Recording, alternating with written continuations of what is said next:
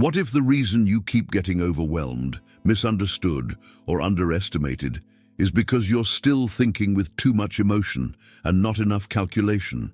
It's an uncomfortable question, but a necessary one. In a world where people react before they think, speak before they understand, and panic before they observe, the few who master emotional control and strategic thinking quietly rise above everyone else.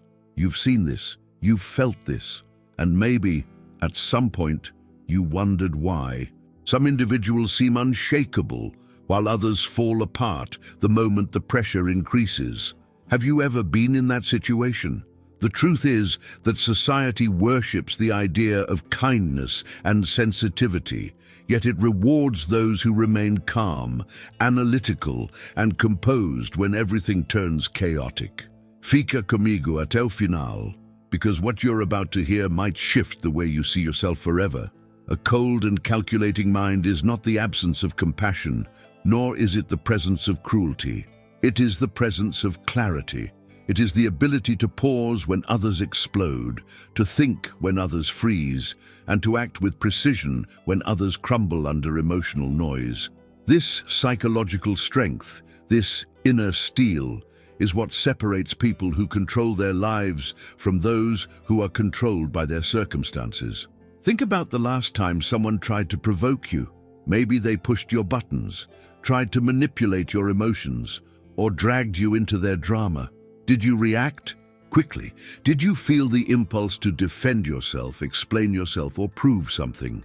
Almost everyone does. But those impulses are exactly what betray you. A calculating mind doesn't rush, doesn't chase validation, and doesn't play emotional games it cannot win. Instead, it observes silently, letting the truth reveal itself. Have you ever wished you could do the same? The power of a calculating mind lies in its ability to separate signal from noise, to detach from momentary emotions and see the bigger pattern beneath people's behavior. You begin to understand motives. You notice subtle shifts in tone. You recognize manipulation before it hooks into you. You see the structure behind conflict rather than drowning in the emotion of it. And once you see these things, you can never unsee them. Suddenly, you're no longer reacting to the world. You're reading it, you're navigating it, you're playing a different game entirely. What you will discover now may surprise you, because becoming more calculating isn't about turning yourself into someone cold-hearted. It's about becoming someone clear-headed, someone who chooses logic over impulse, intention over instinct, and clarity over emotional chaos. The habits that build this level of mental sharpness are rare, sometimes uncomfortable, but always transformative. And once you begin to practice them, people start treating you differently, with more respect, more caution, and sometimes even a little fear. Not because you are dangerous, but because you have mastered what they haven't: control. So let's take this deeper. Let's break down the ruthless habits that shape a mind capable of staying calm when others panic, thinking clearly when others crumble, and acting with purpose while the rest of the world reacts blindly. And once you understand the first one, everything else begins to make sense. And as you begin noticing these patterns in yourself and in the world around you, something interesting happens. You start realizing you're not alone in this journey. Many people watching this right now have felt the same tug between emotion and clarity, between instinct and strategy. If any part of what I've said so far resonates with you, take a moment to share it. Your perspective might be exactly what someone else here needs to read. Tell me in the comments what part of this hits closest to home, or what moment in your life made you wish you had a colder, more calculating mind. Your voice matters more than you think, and this space grows stronger when we learn from each other's experiences. And if this kind of conversation speaks to you, if it pushes you to think deeper about your psychology, your strength, and the way you move through the world, consider liking this video. It may seem like a small action, but it genuinely helps this message reach more people who are searching for clarity and inner power. The more engagement a video receives, the more the platform understands that this is the type of content worth recommending. And that simple act can turn a single insight into something much bigger. Also, if you want to keep exploring this path of dark psychology, strategy, and emotional mastery, make sure you subscribe to the channel. It's the best way to stay connected to these ideas and continue building the kind of mind most people never develop. Your presence here, your participation, is what keeps this community alive and allows me to bring these teachings to you with depth and honesty. So as we continue, take a breath and prepare yourself, because what comes next will push you even further into the mindset of someone who doesn't just survive chaos, but uses it as fuel for clarity.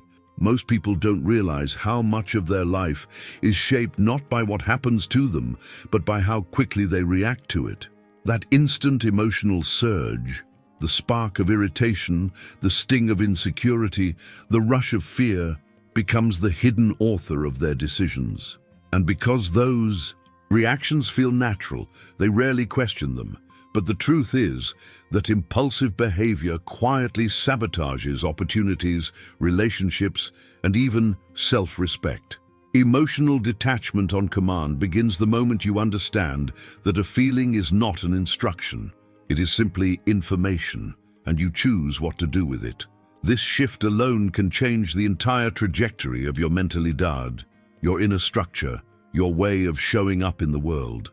Think about how often people respond to the surface of things, the tone someone used, the comment that triggered something old, the pressure of a moment that feels bigger than it is.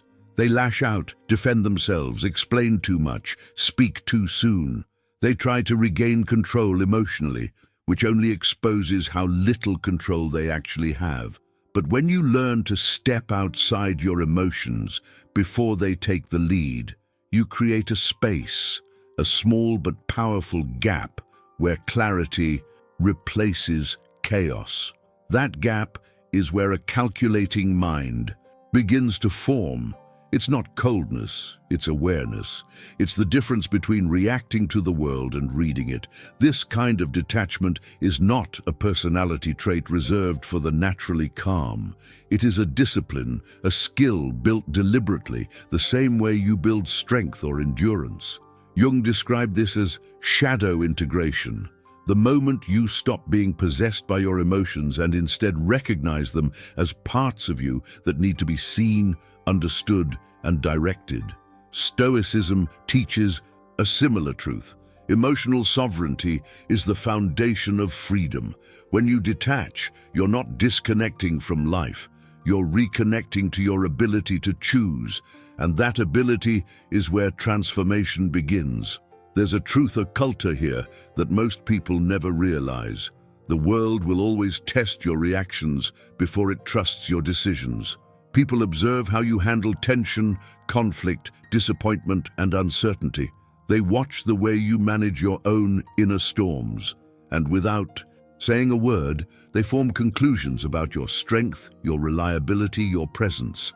Detachment sharpens these qualities because it stops you from being dragged around by temporary emotions. It protects your energy, your time, your direction. It turns chaos into data and impulses into insight. And once you experience this mental clarity, you start wondering how you ever lived without it. Now, I want to go even deeper into this subject because detachment is not about suppressing what you feel. It's about building the internal structure that allows you to experience emotion without becoming it. It's about stepping behind the curtain of your own mind and finally seeing the hidden mechanisms that drive your reactions. This is where the real journey begins.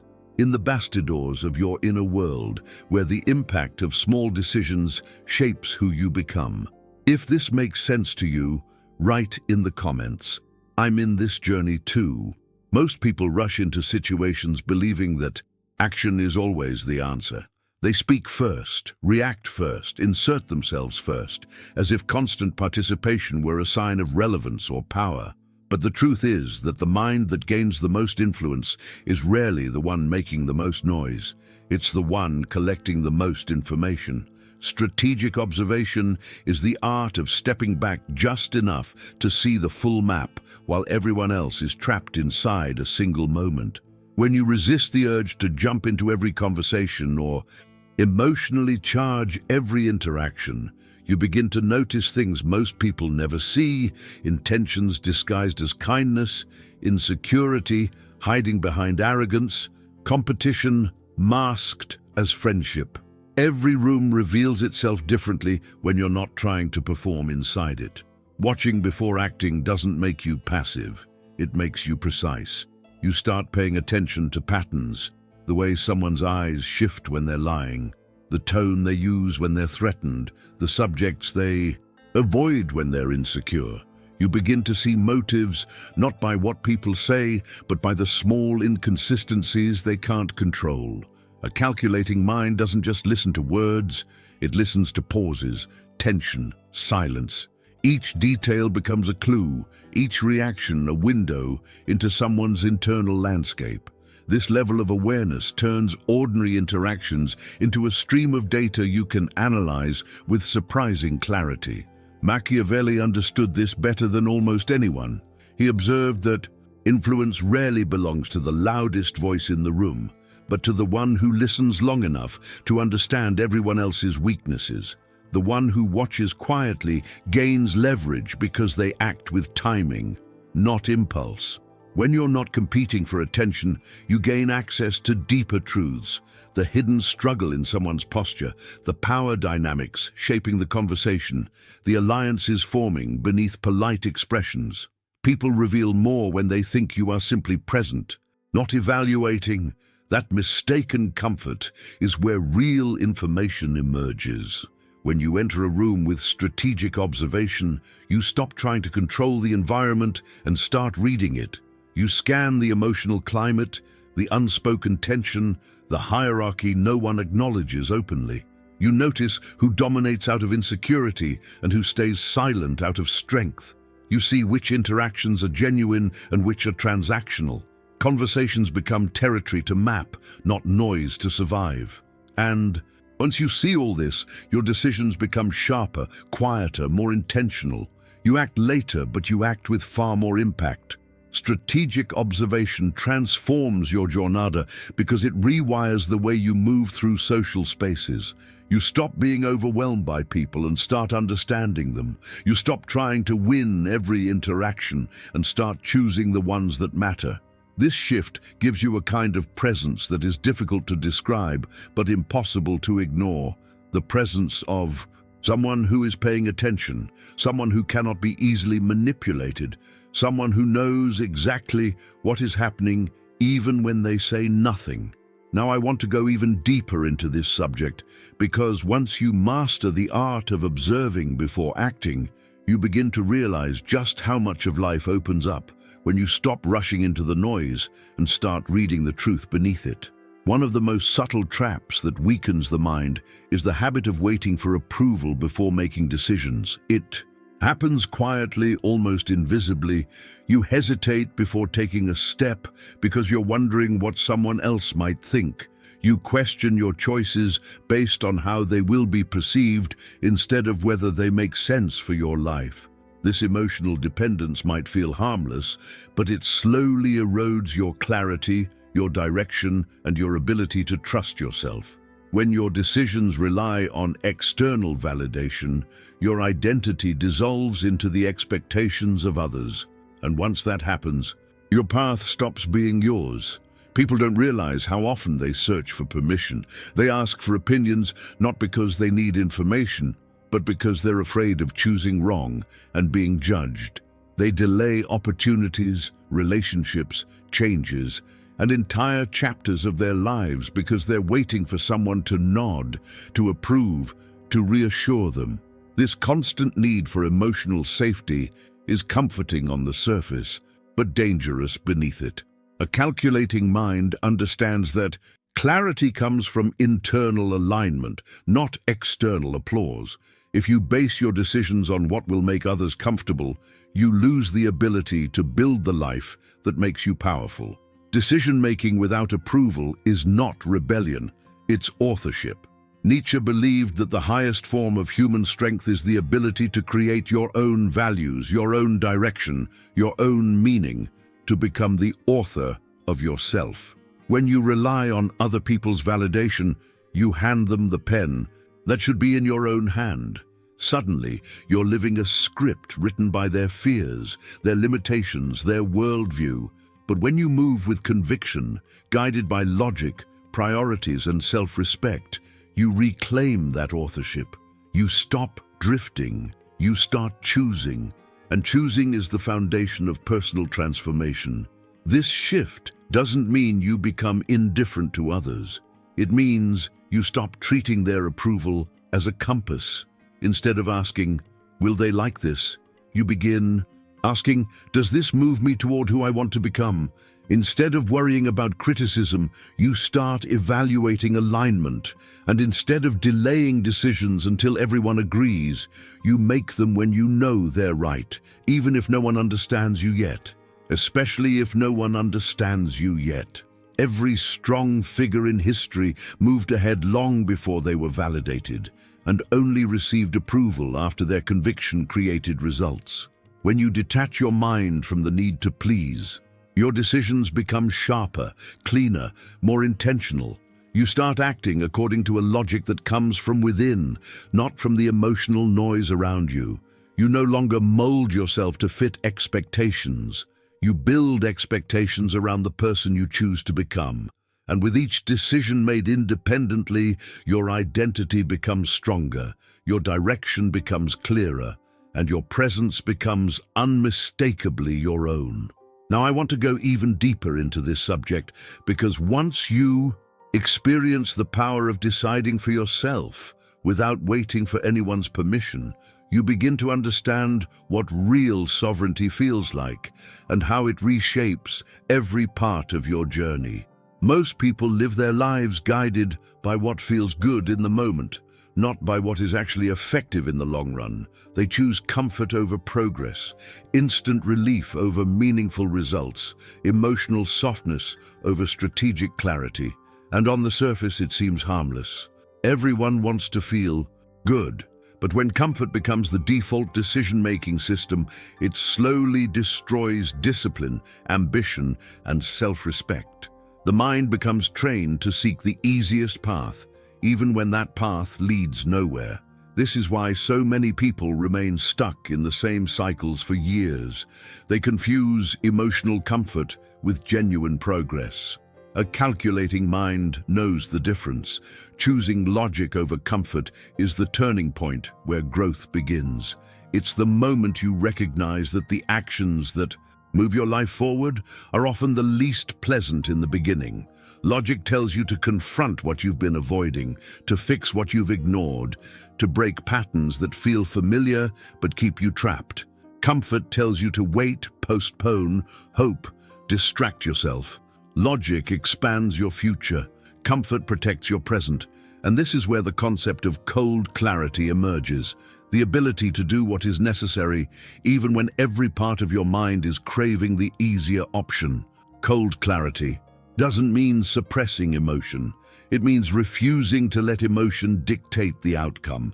People often describe discipline as sacrifice, but in reality, discipline is simply the ability to choose long-term impact over short-term relief. When you operate from logic, you begin to see self-sabotage for what it is, a series of emotional impulses disguised as self-protection. You skip the hard conversation because you don't want discomfort. You avoid the new opportunity because you fear uncertainty. You cling to old habits because they feel familiar. But each time you choose comfort, you reinforce the mental loop that keeps you from evolving. Cold clarity cuts through this loop with precision. It forces you to confront the truth. Progress feels uncomfortable before it feels rewarding. When you start making decisions based on logic, your internal narrative changes. You stop saying, "I don't feel like doing this," and start asking, "Will doing this move me closer to who I want to become?" That single shift rewires your behavior. You begin treating unpleasant tasks as investments rather than obstacles. You understand that temporary discomfort builds permanent strength, and slowly you stop interpreting difficult choices as punishment. You see them as evidence of self-control, self-direction, and self-ownership. This mental shift also brings a sense of quiet empowerment. You no longer fear hard choices because you trust yourself to handle them. You no longer avoid challenges because you see them clearly for what they are, gateways to a stronger version of you. Cold clarity becomes a psychological weapon, not against others, but against your own excuses.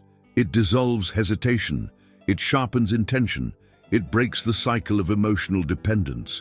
Choosing logic over comfort becomes less about discipline and more about identity. You stop trying to feel better and start trying to become better.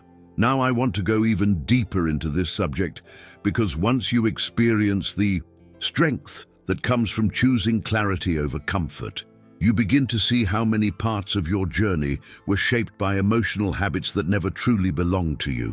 One of the most overlooked forms of self-sabotage is keeping people in your life who drain your mental energy. Not because they are openly harmful, but because their presence slowly dissolves your clarity, your focus, and your emotional stability. A calculating mind understands that your environment is not just physical, it is psychological. Every person you interact with either strengthens your inner structure or weakens it. This is why boundaries are not barriers, they are filters. They protect the mind from influences that quietly pull you off your path. Energy leaks are real, and they often appear in subtle forms. Emotional chaos from someone who thrives on crisis, manipulation disguised as concern, neediness that becomes a constant pull on your attention, envy hidden behind small comments that discourage your growth, competition that feels friendly on the surface but carries an undercurrent of resentment. These people rarely announce their intentions. They don't need to. The impact they leave on your energy, your mood, and your clarity says everything. You walk away from them feeling scattered, diminished, or strangely guilty. That feeling is the signal. Recognizing these dynamics requires a certain level of inner stillness, the kind that comes from paying attention not just to what people say, but to how you feel after being around them. A calculating mind observes patterns: who drains, who supports, who distracts, who anchors. Jung called this process individuation, the gradual separation from influences that keep you small so you can become who you're meant to be. It's not about cutting people out impulsively, it's about understanding which connections align with your becoming and which ones sabotage it quietly from the inside. Gracian wrote about selective association as a form of strategic power. Choose your circle the way a sculptor chooses tools, deliberately, precisely, without hesitation. Not everyone deserves access to your mind, your time, or your emotional space. Some people only bring noise when what you need is clarity. Others bring doubt when what you need is direction. And some bring competition where what you need is peace.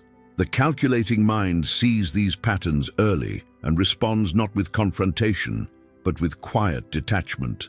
No drama, no explanation, no emotional warfare, just distance, silence, and a redirection of energy toward what actually matters. The skill of detaching from toxic or draining individuals is not about being cold, it's about being conscious. When you remove someone who constantly disrupts your emotional balance, you immediately feel the difference. Your mind sharpens, your decisions become clearer, you regain energy that you didn't even realize you were losing. This clarity can feel almost strange at first, like stepping into a room where the noise has suddenly stopped. But that silence is where you rebuild yourself. And as you begin to protect your inner world with more precision, your standards naturally rise. You stop tolerating behaviors that drain your confidence. You stop excusing patterns that undermine your progress. You stop giving access to people who haven't earned the right to be close. This shift is not loud. It is not dramatic. It is a calm, powerful recalibration of your identity, one that strengthens every part of your journey. Now, I want to go even deeper into this subject, because once you understand the impact of who surrounds you, you begin to see your relationships not as coincidences, but as forces that shape your transformation from the inside out.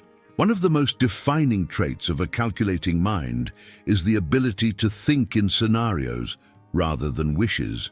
Most people move through life hoping things will go a certain way. They hope opportunities will appear. They hope people will behave as expected. They hope problems won't get too big. Hope becomes a substitute for preparation, and when reality doesn't match the fantasy they created in their heads, they collapse. A calculating mind operates differently. It uses mental simulation, the practice of imagining multiple outcomes before they happen, not to create fear, but to build readiness. This mindset is not pessimistic, it is precise. When you think in scenarios, you stop relying on the most convenient possibility and start preparing for the most realistic ones. Warriors, strategists, and philosophers have understood this for centuries. They never walk into a situation assuming everything will unfold perfectly.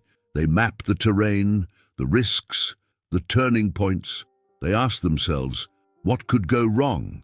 Not as a form of anxiety, but as a form of clarity. By anticipating the possible outcomes, they remain steady when others panic. They adapt faster because their minds have already rehearsed the landscape. Scenario thinking turns uncertainty into an advantage because even the unexpected feels familiar once you've seen it in your mind. People sometimes confuse this with overthinking, but they are not the same. Overthinking is emotional. It spirals, it freezes, it overwhelms. Scenario thinking is strategic. It organizes, categorizes, simplifies. It creates mental structure where others feel chaos. Instead of drowning in possibilities, you evaluate them. Instead of fearing the unknown, you define it. And once something is defined, it loses its power to intimidate you. This approach makes you calmer, more grounded, and less reactive. You stop being surprised by life because you've stopped expecting it to be predictable. This mental discipline also changes the way you make decisions. When you analyze multiple outcomes, you naturally choose paths that give you leverage, not excitement. You become less impulsive because you've already seen where impulses lead. You become more patient because you understand timing. You become more confident because your choices are based on understanding, not guesswork. Most importantly, you become unshakable in situations that destabilize everyone else. When others are caught off guard, you are steady. When others freeze, you move. When others fall apart, you stay centered. Scenario thinking also strengthens emotional resilience. You stop clinging to one ideal outcome, which means you stop breaking when that outcome isn't possible. You understand that life is not a straight line. It's a landscape filled with shifting variables. And instead of resisting those shifts, you adjust to them with precision. This adaptability gives you a psychological advantage. People who rely on hope collapse under pressure, but those who rely on preparation rise through it. Your calm is no longer fragile. It becomes a strategic force. And as this mindset deepens, something shifts inside you. You stop being afraid of uncertainty because you've trained your mind to navigate it. You stop expecting life to be easy and start expecting yourself to be capable. You realize that true strength isn't built by avoiding difficulty, but by preparing for it with intelligence, foresight, and intention. Now I want to go even deeper into this subject because once you master the discipline of thinking in scenarios, you begin to understand how clarity, preparation, and mental structure can transform the way you respond to every challenge that appears on your path. One of the strongest signals of an untrained mind is the urge to react instantly. Quick answers, quick defenses, quick explosions of emotion. All of them reveal that someone has lost control of the moment. A calculating mind moves in the opposite direction. It uses silence, slowness, and deliberate pauses as strategic weapons. When you delay your reaction, You reclaim the psychological ground that most people give away without noticing. The pause is not weakness. It is leverage. It creates uncertainty in the other person, it disrupts their rhythm, and it forces them to reveal more than they intended. In every conflict, negotiation, or tense exchange, the one who reacts fastest loses clarity. The one who reacts slowest gains power. Quick responses are almost always emotional. They come from impulse, ego, insecurity, fear, or the need to prove something. Fast talkers often believe they are in control, but in reality, they are being pulled by internal chaos. Slow responses, on the other hand, are born from intention. They allow the mind to analyze the situation, evaluate motives, identify hidden dynamics, and choose the most strategic angle. Machiavelli understood this profoundly. Timing, for him, was a weapon sharper than any argument. When you control the tempo, you control the outcome. The other person becomes reactive to you, not the other way around. Delaying your reaction also breaks emotional dominance in relationships. When someone tries to provoke you, pressure you, or manipulate you, they depend on immediacy. They need your instant reaction to gain power. But when you pause, even for a few seconds, the emotional spell breaks. They begin to doubt their influence, reconsider their approach, and reveal their true intentions. The silence itself becomes unsettling. The moment stretches just enough for the truth to rise to the surface. This is the power of pause. It creates a psychological vacuum that forces the other person to fill it, often exposing what they were trying to hide. To use this skill, you don't need dramatic gestures. You simply need to resist the first impulse. Take a breath, hold your ground, let the noise pass. In that gap, your mind becomes sharper. You see the situation with a clarity that emotional speed would never allow. And the more you practice this, the more natural it becomes. You stop being dragged into other people's storms. You stop playing emotional games you never wanted to join. You speak less, but everything you say carries more weight. Your presence itself becomes a form of quiet authority. And when you combine all these habits, emotional detachment, strategic observation, independent decision-making, cold clarity, selective association, scenario thinking, and deliberate timing, something profound happens.